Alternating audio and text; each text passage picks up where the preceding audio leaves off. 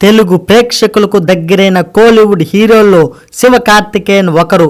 పలు డబ్బింగ్ సినిమాలతో అలరించిన ఆయన త్వరలోనే అమరన్తో మరోసారి ఆడియన్స్ ముందుకు రానున్నాడు. ఈ సందర్భంగా చెన్నైలో నిర్వహించిన ప్రెస్ మీట్లో పాల్గొన్నాడు. అమరన్ కథ విన్నాక నిద్ర పట్టలేదని, ఎలాగైనా స్టోరీని తెరకెక్కించాలని నిర్ణయించుకున్నట్లు చెప్పాడు.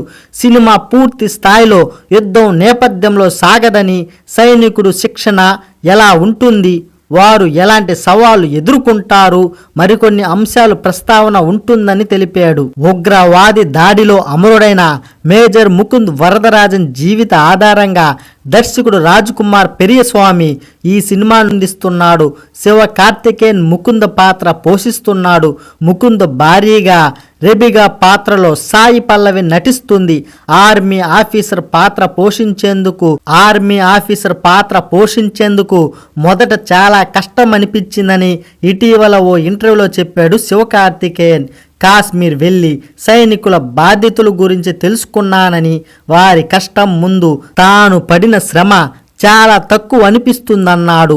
ఈ సినిమా అక్టోబర్ 31న తెలుగు, తమిళంలో విడుదల కానుంది.